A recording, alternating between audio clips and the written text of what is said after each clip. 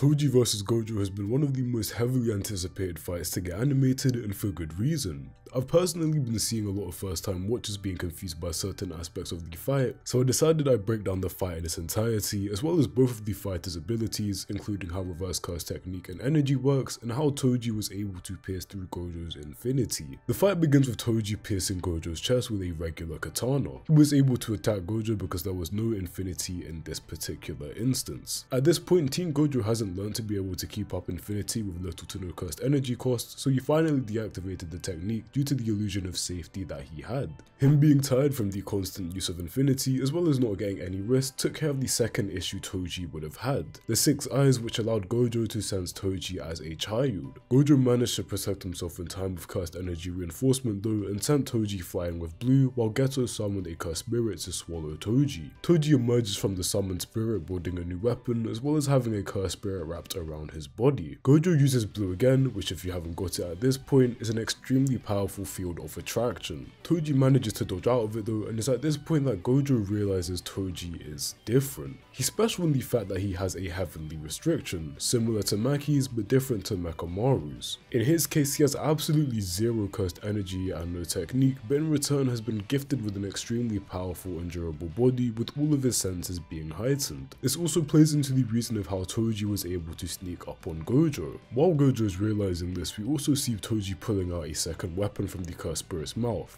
This one is extremely important, so pay attention to it. It's at this point that Gojo also begins to panic and decides to use blue at maximum output in order to crush all of his surroundings in order to see Toji better. But unfortunately for Gojo, he's surrounded by flyheads, which serve 2 purposes. The flyheads are tiny curses that hold very small amounts of cursed energy. The 6 eyes allow Gojo to see and understand cursed energy at an atomic level, so they're extremely distracting, and also distracting on an auditory level. As a result, Gojo is completely unable to sense Toji, and goes for the assumption that Toji's going for Rico. And it's here where Toji takes his chance to land a decisive blow on Gojo. Now the reason why Toji was able to pierce Gojo's infinity, which would normally protect him from pretty much any attack, is because of this weapon's property. The inverted spear of heaven is a special grade tool with the ability to negate cursed techniques. Infinity was completely nullified and Gojo had no protection from being stabbed and got completely and utterly violated. Toji proceeds to the chamber where he kills Rico and begins to fight the cursed spirit manipulation user Gojo Geto.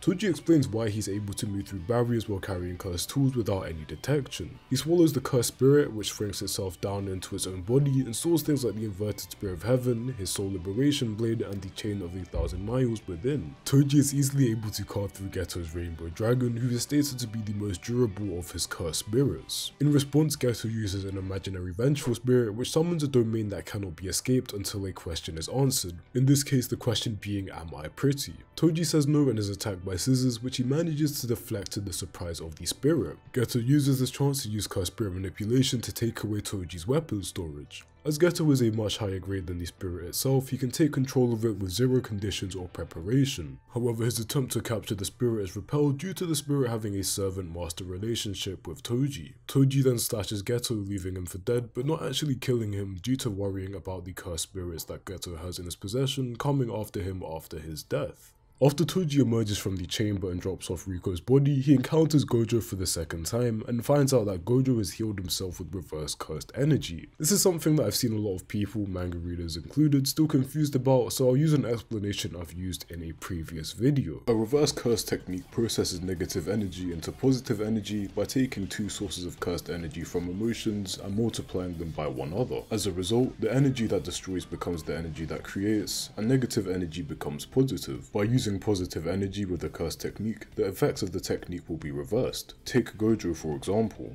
After reversing his blue, which normally sucks things in, it becomes red, which is a powerful repulsive force, the complete opposite. I'll throw in another example as well. If Megumi could use reverse curse technique, instead of being able to store himself, objects, and Shikigami in the dark, he'd be able to do it in the light instead. Due to the positive nature of reverse cursed energy, sorcerers can also use it to heal themselves. Examples of this are Sukuna healing Yuji's hand and Yuta healing the other first year. Gojo and Toji engage in combat for a second time, with Gojo in a state of delirium. delirium. Like I mentioned earlier in the explanation, reverse cursed energy gives Gojo the ability to reverse blue into red, creating an incredibly powerful force of repulsion, and he nails Toji with it. After Toji recovers from red, he attaches a cursed tool known as the Chain of 8,000 Miles to the inverted Spear of Heaven, which is a chain that extends infinitely as long as it's back and is hidden. But unfortunately for him, Satoru is able to combine the Gojo clan's two passed down techniques, red and blue, to create hollow purple, and is able to one-shot Toji. And that's the end of the fight. Arguably one of the most important from a narrative perspective. Hope you enjoyed, sub if you did,